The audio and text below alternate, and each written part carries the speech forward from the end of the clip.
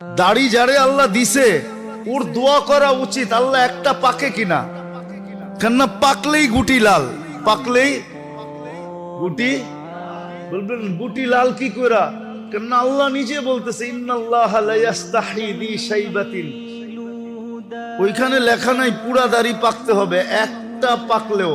ইব্রাহিম আলাইহিস সালামের একটা পাকছিল, সারা আলাইহিস সালাম বলতেছে ইব্রাহিম এটা আবার কি, মা হাযিহিল বিয়াদ, এই সাদা এটা আবার কি, উঠায় ফেলা। তো বোর কথায় উঠাইতে গেছিলেন, হাত বাড়াইছেন, আল্লাহ উপর থেকে আওয়াজ দিছে খলিল হাত নামান। কয় কেন?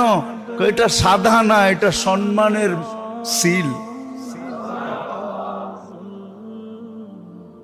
তোমাকে সম্মানিত করার চিহ্ন দিলাম, চিহ্ন সাদাটা সম্মানিতের চিহ্ন।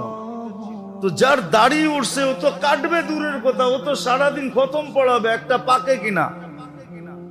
যদি কয় পাকে কি জন্য, কয় পাকলেই তো গুটি লাল, আল্লাহ লজ্জা করবে শাস্তি দিতে, আর কি দরকার।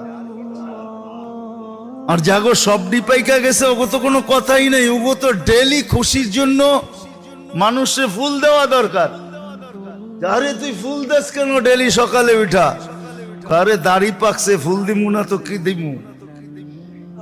আল্লাহ লজ্জা পাবে, লজ্জা।